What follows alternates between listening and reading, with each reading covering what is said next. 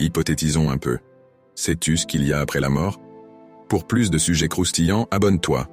La vie après la mort est un sujet qui a fasciné l'humanité depuis des millénaires, traversant les cultures, les religions et les philosophies. Bien que la mort soit souvent perçue comme la fin de l'existence physique, de nombreux faits, révélations et signes semblent indiquer que la conscience persiste au-delà de cette frontière.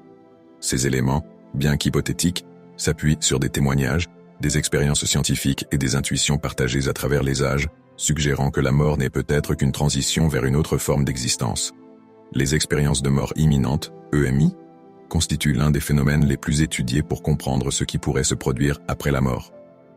Des milliers de personnes ayant frôlé la mort rapportent des expériences similaires, indépendamment de leur culture ou de leurs croyances. Ces récits incluent souvent une sensation de flottement hors du corps, la vision d'une lumière vive et apaisante, la rencontre avec des êtres chers décédés et un sentiment de paix profonde. Des études scientifiques, comme celles du Dr Raymond Moody et du Dr Bruce Greyson, ont documenté ces expériences avec rigueur, montrant que ces phénomènes ne peuvent pas être simplement attribués à des hallucinations ou à des dysfonctionnements cérébraux. Par exemple, certains patients ont décrit avec précision des événements survenus dans la pièce alors qu'ils étaient cliniquement morts, ce qui suggère que la conscience pourrait exister indépendamment du corps physique. Les cas de réincarnation, étudiés notamment par le Dr Ian Stevenson, offrent une autre perspective sur la vie après la mort. Stevenson a recueilli plus de 2500 témoignages d'enfants qui se souvenaient de vies antérieures avec des détails précis, souvent vérifiables. Par exemple, des enfants ont pu identifier des lieux, des noms et des événements qu'ils n'auraient pas pu connaître autrement. Ces cas, bien que controversés, suggèrent que la conscience pourrait survivre à la mort et se réincarner dans un nouveau corps. Cette idée est également soutenue par certaines traditions spirituelles, comme le bouddhisme et l'hindouisme, qui voient la mort comme une étape dans un cycle continu de naissance et de renaissance. Les médiums, des individus prétendant communiquer avec les défunts, ont également fourni des informations troublantes qui semblent corroborer l'existence d'une vie après la mort.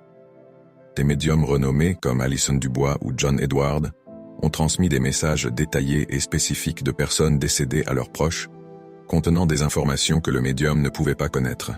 Bien que ces pratiques se soient souvent critiquées pour leur manque de preuves scientifiques, certaines séances ont produit des résultats difficiles à expliquer par des moyens conventionnels. Par exemple, des médiums ont décrit avec précision des objets personnels, des souvenirs intimes ou des événements spécifiques liés aux défunts, renforçant l'idée que la conscience persiste après la mort. De nombreuses personnes rapportent avoir reçu des signes de leurs proches décédés, sous forme de synchronicité, de rêves ou de phénomènes physiques inexpliqués. Par exemple, des objets se déplacent inexplicablement, des lumières clignotent sans raison apparente, ou des parfums familiers apparaissent soudainement. Ces événements, bien que subjectifs, sont souvent perçus comme des messages d'outre-tombe. Les rêves, en particulier, sont un canal fréquent pour ces communications. Des personnes ont rêvé de défunts, leur transmettant des messages de réconfort ou des informations précises, qui se sont ensuite avérées exactes. Ces expériences suggèrent que les liens affectifs transcendent la mort et que les défunts peuvent interagir avec les vivants d'une manière subtile mais significative. Sur le plan scientifique, certaines théories tentent d'expliquer comment la conscience pourrait survivre à la mort. La théorie quantique de la conscience, par exemple, propose que la conscience soit une propriété fondamentale de l'univers, indépendante du cerveau.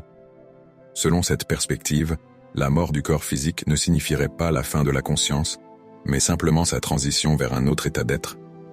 Parallèlement, les traditions spirituelles et mystiques décrivent souvent la mort comme un passage vers un plan d'existence supérieur, où l'âme continue son évolution. Ces visions, bien que spéculatives, s'appuient sur des expériences intérieures profondes et des révélations transmises à travers les âges. Les grandes religions du monde offrent des descriptions variées mais souvent complémentaires de la vie après la mort. Dans le christianisme, l'âme est jugée et dirigée soit vers le paradis, soit vers l'enfer, en fonction de ses actions durant la vie. L'islam propose une vision similaire, avec l'idée d'un jugement dernier et d'une résurrection des corps. Le bouddhisme et l'hindouisme, en revanche, voient la mort comme une étape dans un cycle de réincarnation, où l'âme évolue jusqu'à atteindre la libération finale, moksha ou nirvana. Ces traditions, bien que différentes, partagent l'idée que la mort n'est pas une fin, mais une transformation. En conclusion, en synthétisant ces faits, révélations et signes, il est possible de formuler une hypothèse cohérente sur la vie après la mort.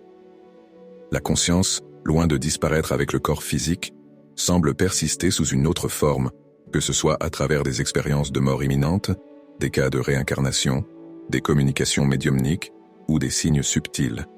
Bien que ces éléments ne constituent pas une preuve irréfutable, ils suggèrent que la mort n'est qu'un passage vers une autre dimension de l'existence. Cette perspective, à la fois scientifique et spirituelle, ouvre la porte à une compréhension plus profonde de la nature de la vie et de la mort, invitant à explorer ces mystères avec humilité et curiosité. N'oublie pas, aime la vidéo, commente la vidéo et partage la vidéo.